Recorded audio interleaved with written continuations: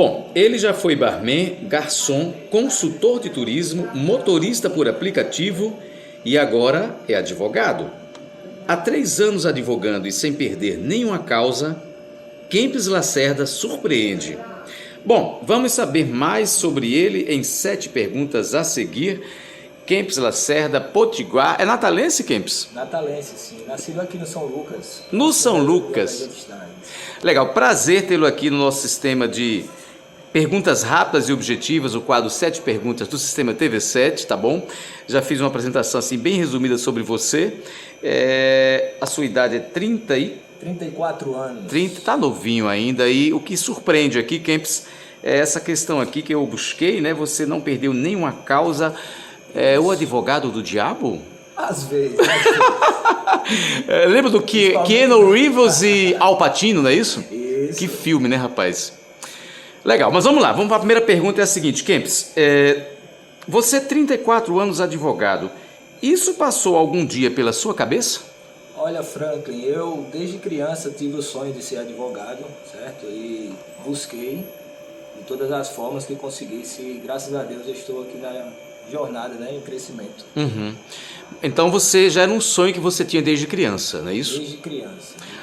Então, meu amigo, na segunda pergunta que eu faço aqui, eu estaria perguntando o seguinte: o que pensava ser quando criança, né? E o que o fez chegar onde chegou? Como aqui você já respondeu, eu também não sabia, porque, enfim, você poderia pensar em ser, sei lá, um piloto, um cantor.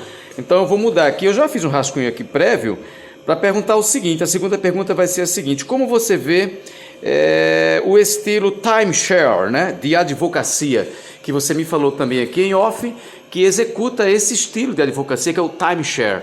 Para quem não conhece bem, né, e eu também não conhecia até então, é uma palavra muito forte no inglês, o que é o timeshare? Timeshare significa tempo compartilhado. A advocacia é assim, no intuito de se ater às redes sociais, entendeu? Através das redes sociais eu realizo consultas domiciliares, não somente no meu escritório, mas também eu vou até o cliente. Certo. Presto todas as satisfações através das redes sociais, Instagram, Facebook, WhatsApp. Eu tenho um amigo, Kempis, amigo assim virtual de rede social, de São Paulo. E o interessante é o seguinte: ele usa o Instagram, né? Eu conversando com ele outro dia, conheci também rede social. E o que ele faz? Ele apresenta uns vídeos assim todo, né, padronizado, a caráter, vídeos informativos, etc.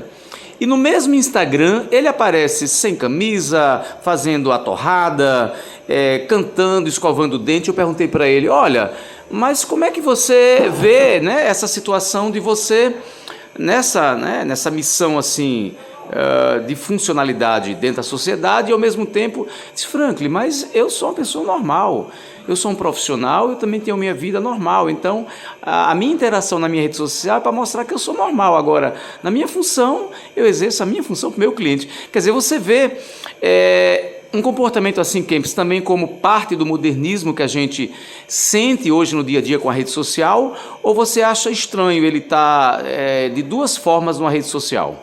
Eu acho que assim, esse sistema timeshare justamente é isso, tempo compartilhado, para você compartilhar a sua própria vida. Hoje em dia as redes sociais elas servem como diário, entendeu? Eu acho interessante que a pessoa não exiba somente o profissionalismo, também o seu dia a dia comum, para mostrar justamente que você é um ser humano como todos os outros, como os clientes, como os serventuários da justiça. Então eu acho bem interessante que seja dessa forma. E inclusive eu acredito que dinamiza e até aproxima mais, né, a relação cliente com o profissional advogado e vice-versa. Justamente porque somos todos humanos iguais, não é? Inclusive perante a lei? Perante a lei. Ok, vamos então... vamos voltar aqui, voltando ainda para o chamado timeshare, também significa que você viaja, né? Explica isso pra gente. Então você também é aquele advogado que pega causas longes, aqui pelo estado você tem viajado muito, isso é bom, ou encarece também o custo para o cliente final? Como é que se concentra essa formatação? Porque assim, nós como advogados, a gente tem independência para trabalhar nas 27 unidades federativas, certo? Então, é interessante que a gente viaje, certo? Encarece um pouco, certo? Mas como sou especialista em direito penal e processo penal, tenho meus clientes em todo o Brasil, entendeu? Que buscam o meu trabalho pela qualidade Lhe conhece também na rede social. Nas redes sociais. Isso para você também se torna um tanto quanto divertido, porque você vai conhecer cantos novos, ambientes novos. Acredito que passa essa parte também, né? Exatamente. Por exemplo, agora, final de semana, eu estarei indo a Campina Grande. Paraíba, né? Paraíba. Ficarei 3 dias lá. Segunda-feira realizarei alguns expedientes para solucionar alguns conflitos do meu cliente. Sim. Entendeu? E durante o final de semana eu vou aproveitar o hotel, inclusive a cidade. Ah, piscina. Isso. Ah, normal. Legal. E você me falou também aqui nos bastidores, que eu também gostei muito de ouvir essa palavra, que você tem clientes em Brasília. Tenho clientes em Brasília, Rio de Janeiro, São Paulo. Epa! Goiás também. Caramba, então já tem viajado bastante, né? Já. Olha, o que o Kempis está colocando aqui, salvaguarda, a gente vê também que ele tem certa qualificação, né? Porque o camarada aí, né, tá despontando legal. Parabéns, né? Muito obrigado. É uma dedicação imensa, até pela idade e a força, né? Exatamente. Assim, eu acho que desde criança que eu já era advogado e não sabia. Que legal, talento. Terceira pergunta, a primeira ação como advogado. Como foi essa primeira ação? Quem contratou você? Não precisa revelar o nome, tá certo? E o resultado final. Então vamos lá. A primeira ação sua para advogar foi o quê? Foi com uma pessoa? Foi para uma empresa? Explica pra gente melhor isso aí. Franklin, curiosamente a minha primeira ação é a minha melhor ação. É uma ação de direito civil, chamado processo de inventário. Ah, eu tô com isso aí também. Eu tô com 15 anos aí como advogado, que eu já tô querendo esganá-lo de herança de meu pai. Me explica isso aí melhor. A ação de inventário nada mais é que o arrolamento dos bens de um falecido para poder partilhar entre os herdeiros necessários. Então foi minha primeira ação, a minha melhor ação, né? Ela totaliza 9 milhões de reais em bens. Opa! E eu estou fazendo de tudo para que dê certo. E qual é o tempo máximo de um tipo de ação dessas? Isso dura muito tempo mesmo, Kempis, ou não? Demora muito tempo, porque demanda auferir os reais valores dos bens, tá certo? Desbloqueio de contas. No meu caso, essa primeira ação inclui também a anulação de um testamento viciado. Sim. Então, dessa forma, assim, varia de caso a caso, entendeu? Tá bom, então a sua primeira ação foi essa, já com heranças, granas altas. Exatamente.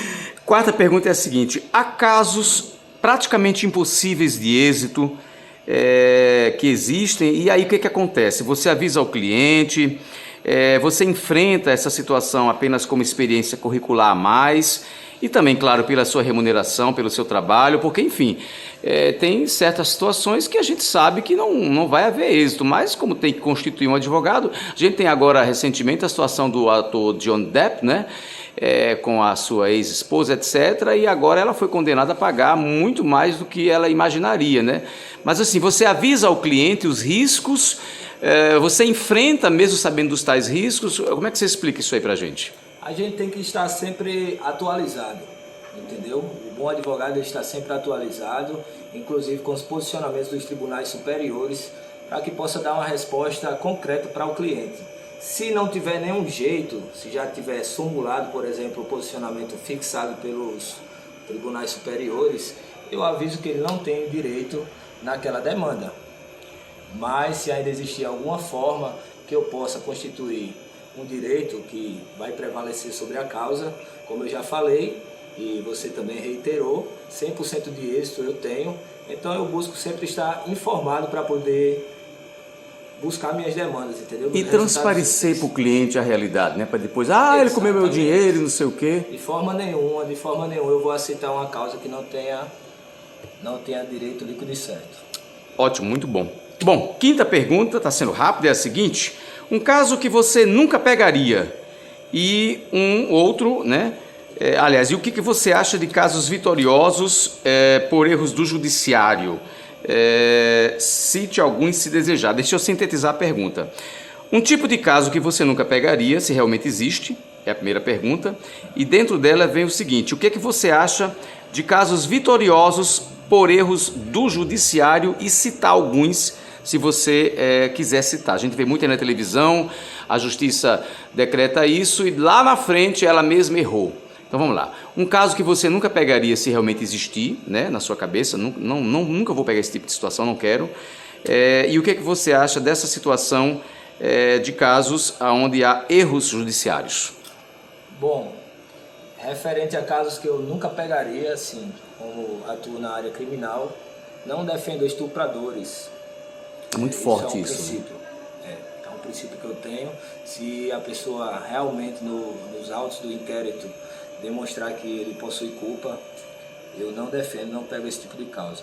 E referente a erros do judiciário, acontecem. Os erros do judiciário são recorrentes porque são humanos que estão ali operando o direito. Então, diversos casos, já peguei diversos casos com erros e a gente aproveita essas falhas para poder buscar uma reprimenda menor para o cliente, por exemplo, no direito criminal, entendeu? Uma conversão de valores, uma correção, tudo isso, uma rescisão, entendeu? E uma revisão também a gente pode buscar. E a própria justiça, então, quando é detectada a sua própria falha, o seu próprio erro, dependendo também de um bom advogado e de um juiz também, acho que de uma vara, algo assim, ela mesma se autocorrige, né? Ela se pune, ela indeniza mais a pessoa, é mais ou menos assim que eu entendi? Mais ou menos assim. Nós podemos apontar os erros e o judiciário reverter isso em forma de indenização também. Entendi. Muito bom. A sexta pergunta é a seguinte: a justiça, né, principalmente a brasileira, né, tão comentada, assim, na sua visão, por que ela é tão omissa a própria causa dela ser justa? Deixa eu ver se eu consigo formatizar aqui, estou lendo aqui no script. A justiça, principalmente a brasileira, por que é tão omissa a própria causa de ser a própria justiça? Ou seja, a gente vê muitos casos aí, estapafúrdios todos os dias na televisão. Como você vê essa situação? Eu acho que essa situação aí se deve ao Brasil ser um país novo, entendeu?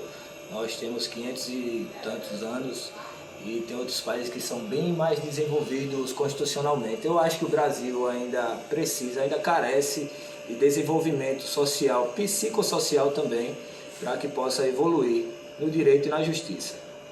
Puxa, você sintetizou bastante. Você é um camarada altamente qualificado aí para respostas. Ótimo, muito bem, muito obrigado. A sétima e última pergunta vem aí em posição selfie.